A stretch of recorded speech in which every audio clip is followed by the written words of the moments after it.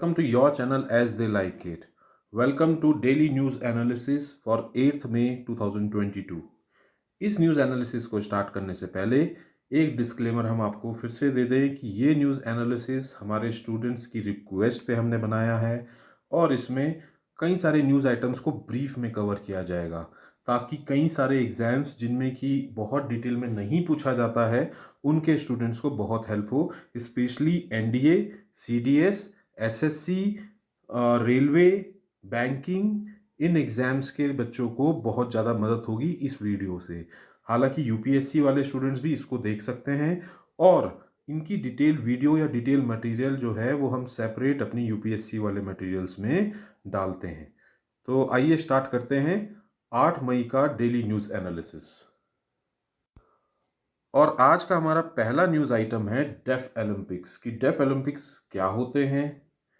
ठीक है, ये जो टॉपिक है ये कवर करेगा डेफ ओलंपिक्स क्या होते हैं, डेफ ओलंपिक्स कहाँ हो रहे हैं, 2022 के फर्स्ट डेफ ओलंपिक्स कहाँ हुए थे और 2022 के डेफ ओलंपिक्स कहाँ पे कंडक्ट किए जा रहे हैं। तो आइए देखते हैं। सबसे पहले देखते हैं डेफ ओलंपिक्स की हिस्ट्री। तो डेफ ओलंपिक्स जो है इसको कहा जाता है वर्ल्ड गेम्स फॉर डेफ या इंटरनेशनल गेम्स फॉर डेफ भी कहा जाता है और ये 1924 में स्टार्ट किए गए थे by ICHD. ICHD stands for international committee for sports and for the deaf. It is a multi sport event है ये और ये इसको सैंक्शन दी गई है बाय इंटरनेशनल ओलंपिक कमेटी द्वारा। ठीक है, और ये हर 4 साल में एक बार किया जाता है और इसमें फर्स्ट टाइम जो हुआ था ये पेरिस में हुआ था 1924 में, ये आपको याद रखना पड़ेगा और इस समय ये फर्स्ट टाइम हुआ था। आइए अब देखते हैं कि 2022 में जो डेफ ओलंपिक्स हो रहे हैं इनकी क्या हाइलाइट्स रही हैं। 24th नंबर का डेफ ओलंपिक्स, 24 ये आपको याद रखना पड़ेगा, वो हो रहा है ब्राज़ील में और इसमें इंडिया ने पार्टिसिपेट किया है। इंडिया के धनुष श्रीकांत ने इसमें गोल्ड मेडल भी जीता है, शौर्य सैनी ने अभी इसमें ब्रॉन्ज मेडल जीता है। ये डेफ ओलंपिक्स हो रहे हैं कैक्सियस डू सुल ब्राज़ील में और ये 15 मई को कंक्लूड हो जाएंगे। ये नाम आपको याद रखना पड़ेगा, कैक्सियस डू सुल, ये ब्राज़ील में एक जगह है, वहाँ पे 72 नेशंस जो हैं इस डेफ ओलंपिक्स में पार्टिसिपेट कर रहे हैं। तो आइए देखते हैं अपना नेक्स्ट न्यूज़ आइटम। हमारा नेक्स्ट न्यूज़ आइटम कवर करेगा क्वेश्चंस अबाउट एथलेटिक्स डे, कब होता है, इसको क्यों सेलिब्रेट किया जाता है और इसको स्टार्ट कब किया गया था। वर्ल्ड एथलेटिक्स डे 7 मई को सेलिब्रेट किया जाता है और इसका एम रहता है अवेयरनेस जनरेट करना about fitness and to encourage people to play sports and athletics. और 1996 में वर्ल्ड एथलेटिक्स डे जो है स्टार्ट किया गया था bye international amateur athletic federation के प्रेसिडेंट प्राइमो निबियुलो द्वारा। आइए आ जाते हैं हम अपने नेक्स्ट टॉपिक पे जिसमें कि क्वेश्चंस आ सकते हैं, जैसे कि इसरो ने अभी किस प्लैनेट के लिए मिशन जो है अनाउंस किया है 2024 के लिए और ऑर्बिटल मनूवर क्या होता है। ये दोनों के दोनों इम्पॉर्टेंट टॉपिक हैं। नेक्स्ट टॉपिक है स्पेसक्राफ्ट टू ऑर्बिट वीनस। तो दोस्तों इसरो ने अनाउंस किया है कि वो एक स्पेसक्राफ्ट भेजेगी वीनस को स्टडी करने के लिए, जो कि वीनस के सरफेस को स्टडी करेगा और ये कहा है इसरो के चेयरमैन एस सोमनाथ ने। यहाँ पे इम्पॉर्टेंट बात ये है कि इसरो इस मिशन को दिसंबर 2024 में लॉन्च करने की प्लानिंग कर रहा है ताकि वो ऑर्बिटल मनूवर जो है उसको 2025 में कर सके। आइए अब समझने की कोशिश करते हैं कि ऑर्बिटल मनूवर क्या होता है। ऑर्बिटल मनूवर बेसिकली एक प्रोपल्जन सिस्टम को इस तरीके से इस्तेमाल करना कि ऑर्बिट चेंज हो जाए स्पेसक्राफ्ट का, उसको ऑर्बिटल मनूवर कहते हैं और स्पेसक्राफ्ट इसकी मदद से जो प्लैनेट है उसके ऑर्बिट में एंटर कर जाता है। 2025 में एक खास बात होने वाली है कि जो अर्थ है और वीनस ये दोनों जो हैं एक उसमें लाइन में अलाइन होने वाले हैं और इस कारण से बहुत ही कम अमाउंट का जो प्रोपेलेंट है वो रिक्वायर्ड होगा ताकि जो स्पेसक्राफ्ट है वो वीनस के ऑर्बिट में एंटर कर जाए। तो इसको ऑर्बिटल मनोवर कहा जाता है, इसीलिए 2024 में इसको प्लान किया गया है। अगर 2024 में ये मिस हो गया तो नेक्स्ट विंडो जो अवेलेबल है वो 2031 को ही है। अच्छा, यहाँ पे एक चीज़ और आपको बता दें कि वीनस जो है हॉटेस्ट प्लैनेट है सोलर सिस्टम का। नेक्स्ट न्यूज़ है जो कि कवर करेगा क्वेश्चन कि किसने ऑपरेशन सतर्क जो है रिसेंटली लॉन्च किया था। रेलवे प्रोटेक्शन फोर्स ने अभी रिसेंटली ऑपरेशन सतर्क जो है लॉन्च किया था 5 अप्रैल से 30 अप्रैल से, ताकि इलीगल टोबैको प्रोडक्ट्स को ट्रांसपोर्टेशन को रोका जा सके। आइए अब आ जाते हैं अपने नेक्स्ट न्यूज़ आइटम पे, जो कि क्वेश्चंस को कवर करेगा कि क्या इशू है लेफ्टिनेंट गवर्नर ऑफ दिल्ली और दिल्ली गवर्नमेंट के बीच में, सुप्रीम कोर्ट में क्या मुद्दा चल रहा है और कौन कौन सी टाइप की जो हैं बेंचेस होती हैं जो कि सुप्रीम कोर्ट में लगती हैं। लेफ्टिनेंट गवर्नर और दिल्ली गवर्नमेंट के बीच में जो मेन मुद्दा है अभी वो ये है कि किसका कंट्रोल रहेगा ब्यूरोक्रेसी के ऊपर कैपिटल रीजन में। और इसी का केस जो है सुप्रीम कोर्ट में गया और सुप्रीम कोर्ट ने इसको अब फाइनली रिफ़र कर दिया है कॉन्स्टिट्यूशनल बेंच को। ये आपको समझना पड़ेगा कॉन्स्टिट्यूशनल बेंच क्या है, वो हम अभी आपको समझाते हैं। आइए ब्रीफ में पहले ये समझते हैं कि सुप्रीम कोर्ट के पास आखिर क्या मुद्दा है। सुप्रीम कोर्ट के पास जो मुद्दा गया है उसमें दो रेफरेंसेस हैं। एक तो 2 जज बेंच थी, एक 2019 की, उसने रिफ़र किया था मैटर लार्जर बेंच को कि वो डिसाइड करे कि एडमिनिस्ट्रेटिव सर्विसेज किसके पास जाएंगी। वहीं दूसरा मुद्दा ये है कि दिल्ली गवर्नमेंट ने एक पेटिशन लगाई थी और चैलेंज किया था government of national capital of Delhi amendment act 2021 को, जिसमें कहा गया था कि जो टर्म है गवर्नमेंट किसी भी लॉ में जो कि लेजिस्लेटिव असेंबली दिल्ली की बनाएगी उसका मतलब होगा लेफ्टिनेंट गवर्नर।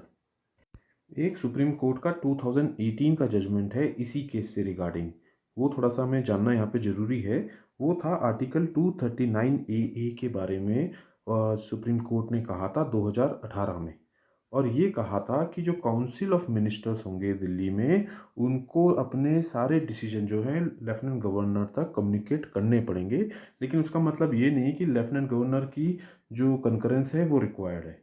और अगर कोई डिफरेंस इन ओपिनियन होगा तो लेफ्टिनेंट गवर्नर क्या करेंगे, वो मैटर को प्रेसिडेंट को रिफ़र कर देंगे, जैसे कि एक नॉर्मल स्टेट में होता है governor between CM and governor. और ये भी कहा था कि जो लेफ्टिनेंट गवर्नर हैं उनके पास कोई भी इंडिपेंडेंट डिसीजन मेकिंग पावर नहीं है, ठीक है। और वो चाहें तो वो aid and advice of the council of ministers से एक्ट करें या फिर वो प्रेसिडेंट जो डिसीजन लेते हैं उसके हिसाब से एक्ट करें। अब आइए समझते हैं कि आखिर कॉन्स्टिट्यूशन बेंच होती क्या है, क्योंकि अब ये रिफ़र कर दिया गया है तो इम्पॉर्टेंट ये हो जाता है एग्जाम की दृष्टि से जानना कि कॉन्स्टिट्यूशन बेंच क्या है। कॉन्स्टिट्यूशन बेंच सुप्रीम कोर्ट की वो बेंच होती है जिसमें एटलीस्ट 5 जजेस जो हैं किसी भी मुद्दे को सुन के उस पर डिसीजन सुनाते हैं। और ये कौन कॉन्स्टिट्यूट करता है, ये chief justice of India he constitute कर सकते हैं। और इसमें आर्टिकल 145 में इसका प्रोविज़न है। और ये किन केसेस में किया जा सकता है, दो ही टाइप के केसेस में किया जा सकता है। वो केसेस जो कि इन्वॉल्व करते हैं सब्सटेंशियल क्वेश्चन ऑफ लॉ, पहली बात, या फिर for the purpose of hearing any reference made by the president of India. President of India भी रिफर कर सकते हैं अंडर आर्टिकल 143। उसके अंदर जो प्रेसिडेंट की रेफरेंस होती हैं या तो उसके लिए या फिर कोई ऐसा मुद्दा जो कि रिक्वायर्स कि ये सब्सटेंशियल क्वेश्चन ऑफ लॉ उसमें इन्वॉल्व हो, उसके लिए कॉन्स्टिट्यूशन बेंच जो है बनाई जाती है। ऐसी एक डिवीजन बेंच भी होती है। डिवीजन बेंच क्या होती है, जहाँ पे कि 2 या 3 जजेस मिलके कोई जजमेंट सुनाते हैं, उसको डिवीजन बेंच बोलते हैं। और ये कौन डिसाइड करता है, ये भी chief justice of India he decide करते हैं कि किन केसेस में जो है डिवीजन बेंच बैठेगी। आ जाते हैं अपने नेक्स्ट इंपॉर्टेंट टॉपिक पे, जो क्वेश्चंस को कवर करेगा कि नागास कौन है और नागा पीस टॉक्स क्या हैं। तो मिनिस्ट्री ऑफ होम अफेयर्स ने एक रिपोर्ट रिलीज़ की है रिगार्डिंग इंसर्जेंसी इंसिडेंट्स इन नागालैंड। उस रिपोर्ट में कहा गया है कि इसेक मुइवा फैक्शन जो है NSCN-IM का, वो इन्वॉल्व है इन 44% ऑफ इंसर्जेंसी रिलेटेड इंसिडेंट्स इन 2020। तो इसे में जानने की ज़रूरत हो जाती है कि आखिर ये बात क्या है। 2015 में गवर्नमेंट ऑफ इंडिया ने साइन किया था एक फ्रेमवर्क अग्रीमेंट, किसके साथ, NSCN-IM ठीक है, कि भाई कोई नागा के जो प्रॉब्लम्स है उसका कोई सॉल्यूशन निकाला जाए पॉलिटिकली, बट अभी तक इसका कोई कंक्लूजन आया नहीं है एज सच। आइए देखते हैं ये पीस टॉक्स कब स्टार्ट हुई। 1997 में गवर्नमेंट ऑफ इंडिया और NSCN-IM ने एक सीज फायर एग्रीमेंट साइन किया, ठीक है, और उसमें कहा गया कि भाई दोनों बातचीत से हल निकालेंगे और नागा पीस अकॉर्ड जो है साइन करेंगे। लेकिन कई हंड्रेड्स ऑफ टॉक्स हुई और 24 साल बीत गए इस बात को, बट अभी तक इस पर कुछ भी नहीं हुआ है। यहाँ पे आपको एक इम्पॉर्टेंट बात बता दें कि नागाज जो हैं वो नागालैंड, मणिपुर, असम और अरुणाचल प्रदेश में रहते हैं। ऐसा नहीं है कि वो पर्टिकुलरली नागालैंड में ही रहते हैं। और ये सेलिब्रेट करते हैं अगस्त 14 को अपना इंडिपेंडेंस डे। और वो इसलिए करते हैं क्योंकि नागा हिस्टोरियंस का कहना है कि गांधी जी ने अग्री किया था कि वो जो है अपना सेलिब्रेशन जो है वो अगस्त 14 1947 को कर सकते हैं। नेक्स्ट टॉपिक है कि यूनाइटेड नेशन सिक्योरिटी काउंसिल का एक प्रेसिडेंशियल स्टेटमेंट आया है, उसमें क्या वर्डिंग यूज़ की गई हैं, और UNG के रिजोल्यूशन जो आए हैं इस साल अगेंस्ट रशिया, उनका क्या हिस्ट्री है। तो आइए देखते हैं नेक्स्ट न्यूज़ आइटम। ये टॉपिक आपको थोड़ा सा ध्यान से समझना पड़ेगा कि यूनाइटेड नेशन सिक्योरिटी काउंसिल ने पहला फर्स्ट स्टेटमेंट जो है रिगार्डिंग यूक्रेन वो अडॉप्ट कर लिया है। ये पहला स्टेटमेंट है जब से कि रशिया ने यूक्रेन पे 24 फरवरी को अटैक चालू किया था, और यहीं पर ही सारे मेंबर्स ने स्ट्रॉन्ग सपोर्ट किया है सेक्रेटरी जनरल के एफर्ट्स को कि भाई पीसफुल सॉल्यूशन निकाला जाए इस डिस्प्यूट का। The word is dispute.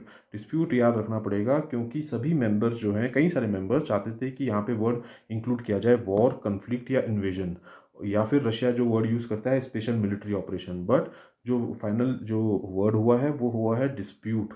वो ऐसा इसलिए है क्योंकि रशिया की UNSC में वीटो पावर है, और प्रेसिडेंशियल स्टेटमेंट को अडॉप्ट होने से पहले सभी मेंबर्स का यूनानिमस वो चाहिए होता है, एक्सेप्टेंस।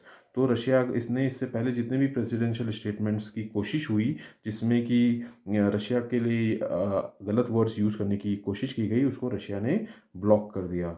ये पहली बार इसीलिए इसमें डिस्प्यूट वर्ड यूज़ किया गया है ताकि रशिया से ये पास हो सके। यहाँ पे एक बहुत ही इम्पॉर्टेंट बात है कि UNSC के जो भी रिजोल्यूशंस होते हैं वो लीगली बाइंडिंग होते हैं, और उनको वीटो भी किया जा सकता है किसी भी 5 परमानेंट मेंबर्स द्वारा। वहीं जो यूनाइटेड नेशन जनरल असेंबली के जो रिजोल्यूशंस होते हैं वो ना तो लीगली बाइंडिंग होते हैं और ना ही वीटो किए जा सकते हैं। तो अभी तक जितने भी हमने पिछले इस साल में 3 रिजोल्यूशंस देखे रशिया के अगेंस्ट, वो यूनाइटेड नेशन जनरल असेंबली के थे, और इसी कारण से ना तो वो लीगली बाइंडिंग है ना उनका कोई फ़र्क पड़ने वाला है। वो बेसिकली एक वर्ल्ड के ओपिनियन थे। आइए उनको भी देखते हैं। इस साल अभी तक यूनाइटेड नेशन जनरल असेंबली ने रशिया के खिलाफ 3 रेजोल्यूशन जो हैं पास किए हैं। वो सबसे पहला था मार्च 2 को, जिसमें कहा गया था कि रशिया ने जो है जो इन्वेजन किया है यूक्रेन पे उसमें सीज़ फायर की जाए इमीडिएटली।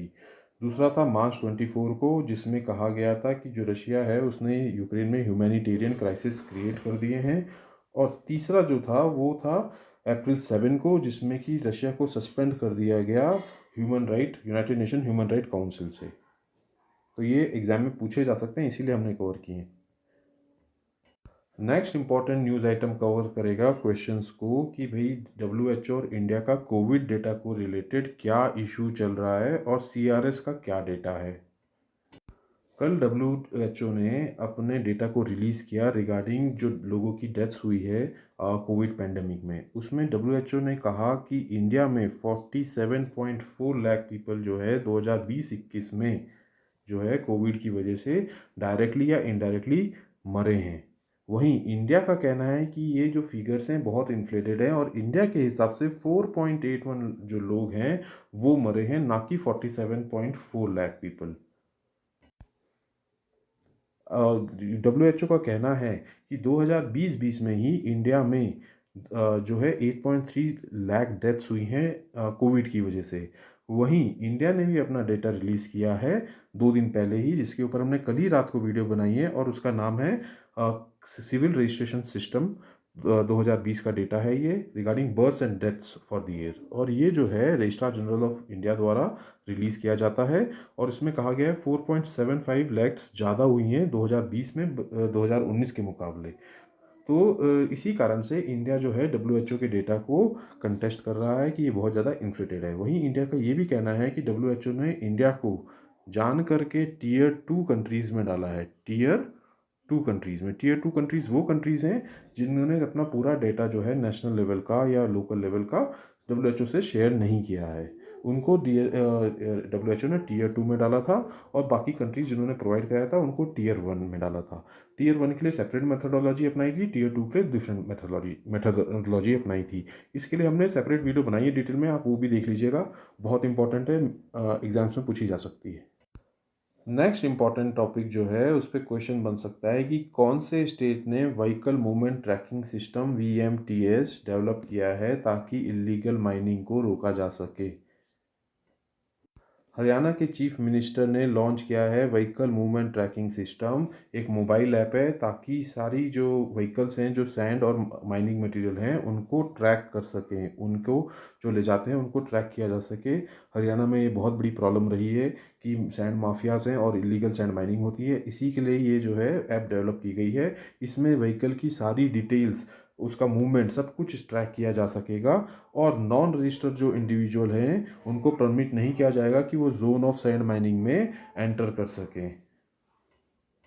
आ जाते हैं अपने नेक्स्ट न्यूज़ आइटम पे जो कि बहुत इंपॉर्टेंट है, और उस पर क्वेश्चन बनते हैं कि व्हाट इज़ फ्रंट रनिंग, कि फ्रंट रनिंग क्या है और कौन से AMC के एम्प्लॉयज़ जो हैं फ्रंट रनिंग स्कैम में हाल ही में पाए गए हैं। एक्सिस एसेट मैनेजमेंट कंपनी ने अपने 2 फंड मैनेजर्स को फ्रंट रनिंग के लिए जो है सस्पेंड कर दिया है।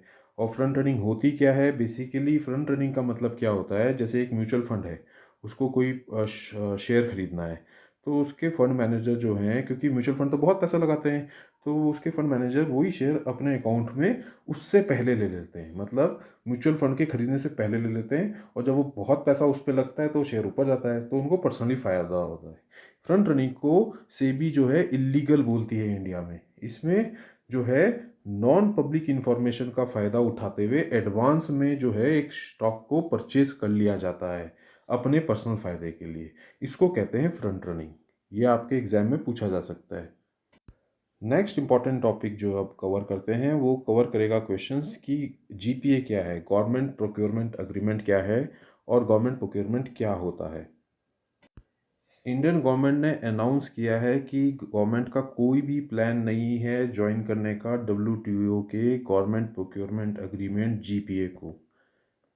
और GPA क्या है, GPA अलाउ करता है WTO मेंबर्स को कि वो मार्केट खोलें, अपना ओपन अप करें for selling goods and services to government, ताकि जो और पार्टीज़ हैं वो गवर्नमेंट को, उस जगह की गवर्नमेंट को सर्विसेज बेच सकें या गुड्स बेच सकें। वो इंक्लूड करेगा regional government also and local government also. Agreement on government procurement जो है ये 2012 में आया था, और इसमें 21 पार्टीज़ हैं और 48 WTO मेंबर्स हैं। यहाँ पे ये भी जान लेना ज़रूरी है कि government procurement generally 10 to 15% of the GDP होता है, इतना बड़ा होता है, और इसी कारण से जो है इसकी इम्पोर्टेंस बहुत बढ़ जाती है, और इंडियन गवर्नमेंट जो है इसको साइन नहीं करना चाहती है ताकि वो अपनी डोमेस्टिक इंडस्ट्रीज़ को सेव कर सके।